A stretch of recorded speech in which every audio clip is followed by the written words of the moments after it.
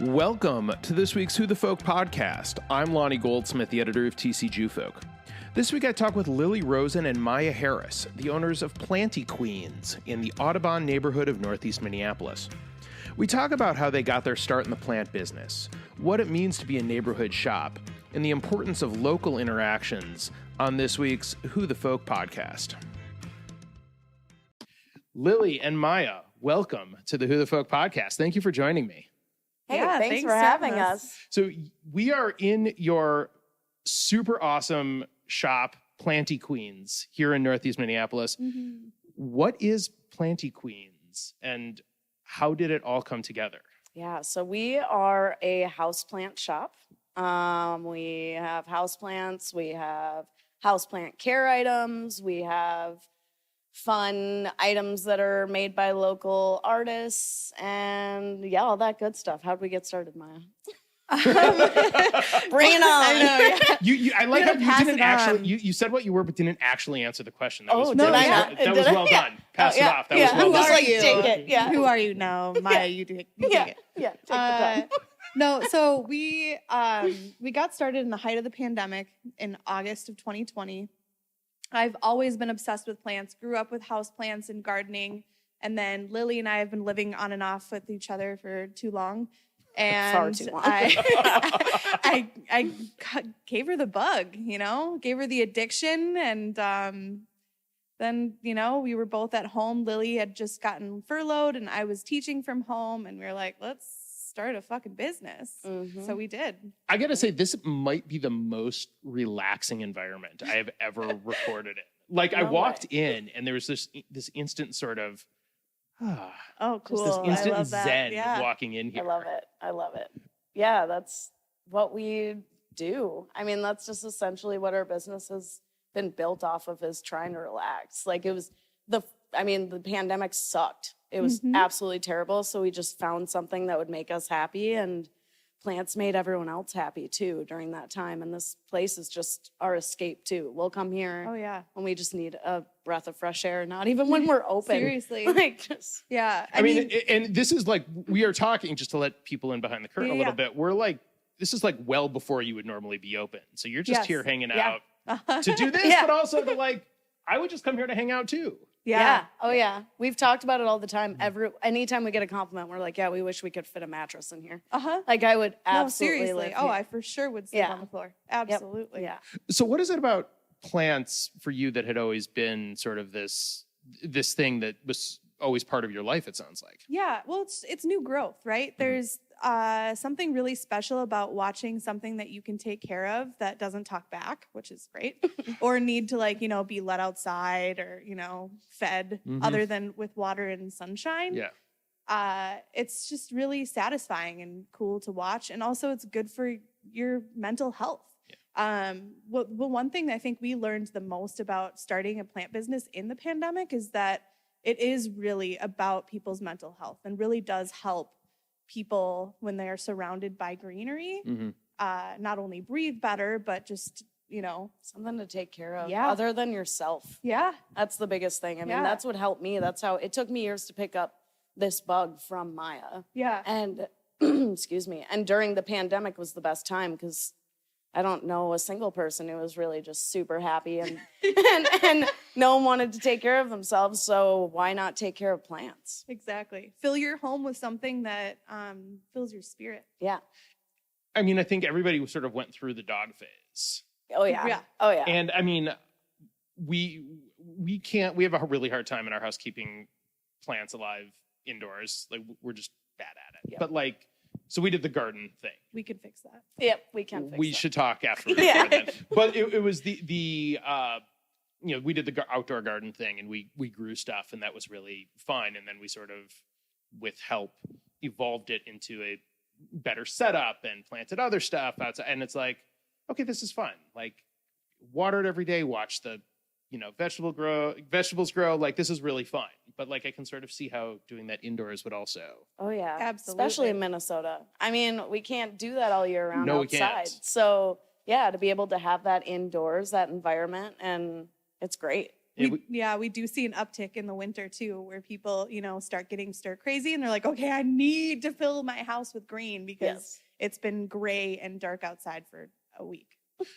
So you mentioned, Lillie, that you had been furloughed. What had you been doing prior to Planty Queens? Yeah, real estate, property management. Okay. So yeah, and I love it. I love that job. I really do. It really worked out. We had actually went to a houseplant garage sale that we were invited to, and immediately I got in the car and looked at Maya and I'm like, let's call this guy and just see if he'll locally grow for us. So that's really cool about like our niche is that most of our stuff is locally grown in Minnesota. Oh, that's awesome. Yeah. Which again, not an easy thing to do. We're not an easy place to grow things. No, but David, our grower, is the most fantastic man in the entire world and really freaking good at what he does. Yeah.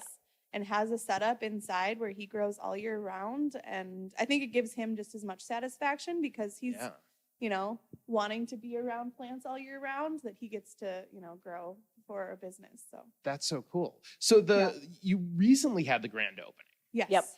Yep. Where had you been operating out of the, I guess, intervening year and a half or so? Yes. Almost 2 years, really. Where did we start? So we started in my basement. Yeah. A very small basement. Maya was packing upwards in of a tiny corner. Yeah, packing like 20 packages a week at that time. We started e-commerce only. Okay. And then we moved into a space in St. Louis Park that just a tiny amount of square footage was gifted to us. So we had that space, which was great. Mm-hmm. And then we moved to North Minneapolis in a warehouse. So we were mostly e-com that whole time. We do local pickups, and then now we are in our storefront. That's a journey. Yeah. We've hiked. we have taken of many treks. Yeah. I mean, I think back to almost 2 years ago, me sitting in a basement packing while teaching in between, classes, and it's just insane to me that now I'm sitting in our retail shop. It's crazy. That is kind of crazy. Yeah, it's weird. So do you still teach? No, I actually quit this year. I'm 8 months pregnant, so Mazel I'm going tov. to, thank you. So I'm going to raise a plant baby and be a full-time planty queen. That's awesome. So, yeah. What were you teaching? Special education in Minneapolis. Okay. Yeah, I loved it, but my blood pressure dropped 30 points by coming here every day instead. So craziness. I can understand that. Yeah. So our next move is to hopefully get Lillie out of property management, even though I know she loves it, but it'd be cool to have both of us around. Yeah, so. it's the goal. Yeah, eventually we'll get there. That's amazing. I mean, that's such a great sort of business story. And I think there's been so many of those kinds of stories of people who started something during the pandemic. Oh, yeah. Mm-hmm. Oh, yeah, for sure. Was there anything that you had seen that really inspired you as the pandemic was sort of starting to rage that you're like, oh, I can follow this lead? Honest? It was boredom. Yeah. It really had nothing to do with business strategy. We did not expect our business to be anywhere close to successful as it is now. Yeah. I mean, we literally sat on our couch and built a website together in a half an hour. Yeah, with no help. We started it all with our fingertips. Yeah. I mean, there was no, I will say during the pandemic, there was really no inspiration. There was just drive of boredom. But now, literally, it's amazing. Yeah. And then as we've grown, there's been so much inspiration. Oh, I mean, the community, so many people that we've met. Yeah. We can't even take full accountability for half of what we've done at this point now because of the people we've met. Oh, I mean, just looking around our shop, I can point out at least 15, 20 people that have been a part of this business that you can physically see in our store. Have built from the ground up. Literally helped us create this space and look at the way that it is. And that's what Lillie and I really are just, we're grounded in being a community and not just having the two of us, which I don't think I could ever do without her. But I think for us, it's not just us, it's everyone else in Minneapolis and people that we love and support that can come together and help make this business. Yeah. So how did it ramp up so quickly then? Because that to me is, I mean, the steps along the way are, I mean, it feels like it happened very fast. Yeah. And sitting in the space, and look, I understand everyone, look, I know it's an audio medium. You can't see what we're looking at here. But, come in here. Yeah. Come but check it just out. so come check it out. But it's like the paintings on the wall, the countertop that we're sitting here recording at, the stand, you know, like the stand with the soil and like the shelves and everything. It's like, it's so purpose built that it feels like there's no way it should have happened this quickly. I know, it's crazy. I really do think there's a few things. We've thought about this really hard. We've really tried to come up with how, why. Like, why us? But I also don't want to question that because we deserve this, you know what I'm saying? Yeah. But I really do think a big piece of it is the pandemic. A lot of it, people being home, working from home. Our social media is just... That's number one. Yeah, it's just huge. It's helped us immensely. And Maya and I, we're just badass. Like the biggest, we really are. We're badass. And we go live and we interact with our community. And people know Planty Queens as Maya and Lillie. It's not just a houseplant shop. You know our faces to the business, which is so important and doesn't happen as often as it should, right? There's a lot of businesses that I support that I could not even tell you who owns the shop, who is behind the scenes. And Lillie and I make that our forefront. Is like, hey, you get what you get. Yep, here we are. If you like it, you like it. But I mean, Lily's really underplaying the amount of time she's put into our social media. Like that's honestly where we kickstarted and where we continue to thrive is like, she's a god when it comes to marketing and social media. Like I don't mess around with that. I'm in the shop. I love to play with the plants and give you all the good details that you need and tips, but poof, keep me off social media. But I mean, that's the hallmark of a strong partnership, right? Is that you each have your, like, if you have the same strengths, I can almost promise you we wouldn't be standing here talking about this right now. We'd be screwed. Oh yeah, I'm way more like physical manual labor and Lily's way more of like the technical, artistic, like social media person. I always say you're the brains and I'm the business. Yeah. Like she's got the knowledge and I got the business. Yeah. So I was going to ask which of you has the sort of the business sense. Like the marketing is the one side of it, but obviously there's the number side of business that comes along with it. Yeah. I think we both have learned the hard way. The hard way. The MBA by doing. Oh yeah. When you say numbers, we've hired people. Yeah. Numbers can't deny that. No, but when it comes to like the thought of the financial aspect of making money, that would be me. Like my drive is to make sure that we succeed in the financial aspect and make money moving forward. Her drive is the education and educating people around us. Yeah. And obviously, like so much of the success, it feels like, is that you're a neighborhood shop. I mean, and again, people can't, they'll have to come see it, but it's like you're on a corner in Northeast. Yep. It's in between, with a whole bunch of other fun-looking shops to drive by on the way up and down Johnson. It's really kind of amazing. Yeah.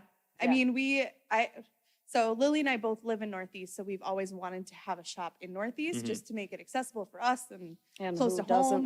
Who doesn't love Northeast? Sure. But I would drive home from work every day on Johnson, and I saw this building, and I was like, Lillie, we need this building. This is our building. I just feel it. And I posted something, and the owner reached out and was like, yeah, actually, it's perfect timing. Here you go. I mean, not that easy. But we were able to get this space, and man, it's incredible. It's amazing. Yeah, and there's other things that are opening up right now to kind of close the gap between like Hazel's and the Rewind, which is the little thrift shop. Yeah. So we're hoping. I mean, it's such a cute neighborhood. Oh, it's great. We love it. It's great. You can't get it better. So, and it's fun. We've got that empty space, so we're able to do events across the street.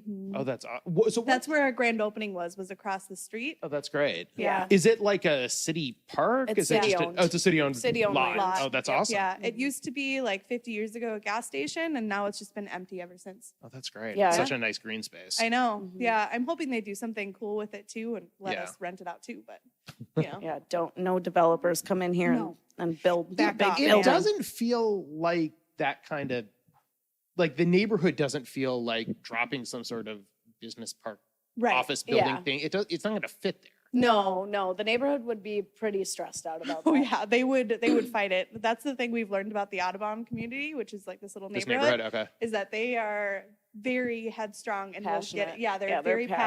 passionate. They will do what they want and make sure it happens, and that's what I love about it. Well, that's Yeah. great allies to have Oh, in your absolutely. business. Like those are the kinds of people you want to be around you. Yep, Yes, absolutely. yeah. No, we've made some really great connections with the local community here. So Yeah. So as you've moved into the space and really settled into this community, obviously it's been a journey with stops along the way, but you've really felt that kind of love Oh, yeah. from the kinship with the community? yeah, Big time. the amount of people that come in here and they're like, "Oh, I love your shop. I live 2 blocks away." I'm like, "Does everyone live 2 blocks away? Yeah. I don't get it. I I know. mean, like every single there's so many people that come by. I live 4 blocks away, live 2 blocks away, that just like walk by our shop and come in, and then they're Yeah. back next week. Well, there's a lot of houses that are close together, so Yeah. everybody could live It's 2 to true. 4 blocks It's true. It away. just seems like a lot of people. Yeah. No, for sure. Yeah. For sure. So, okay, so the art on the walls and the tattoo, Oh, yeah. Oh yeah. the tattoos on your arm, Yep. which came first? The art on our walls, or no. Well, no, we got no, the my tattoos tattoo first. came first. Yeah, Okay. my We tattoo have came matching. first. Oh, very nice. Yep. So yeah, our designer Chelsea Brink, phenomenal, had done all our designing, our colors, everything along those All of our lines. logos. Yep, That's all of our amazing. logos, And it's great. It's Yeah. phenomenal. it's unreal. And then Ashley Mary did all of the artwork in our shop. Wow. So unreal. Yeah, Again, 2 of like we'd be lost hundreds without of 'em. local Yeah. people who really made this place a family business. So why is it so? You guys keep sort of coming back to the local, and which is amazing, and I love that too. But why is that so important to both of you? That it is this, you use a local grower, a local artist, local, customers. That's obviously so important. Why is that so important to you? Because being a small business, it should be enforced that you support other small businesses. Mhm. They're people, and you get to actually interact with them. Mhm. And that's the largest thing for me, is Yeah. that I actually get to interact with these people. I don't just order their products online and never get to socialize with them. I actually get to become friends with these humans. They're family. Yeah, they Right? become family. Yeah. And that's like what our business is all about. Lillie and I are family, so why not build our little Planty Queen family? Yep. And you guys are both people. Yeah. Say people persons, but no, people like People. Depends on the day. I'm just kidding. for anybody. Yeah. I mean, no different than anyone else. Today But you caught us on a good day. well, that's good. 'Cause that would be a really tough interview if I didn't. Oh, it'd be awkward. It would be awkward. Yeah.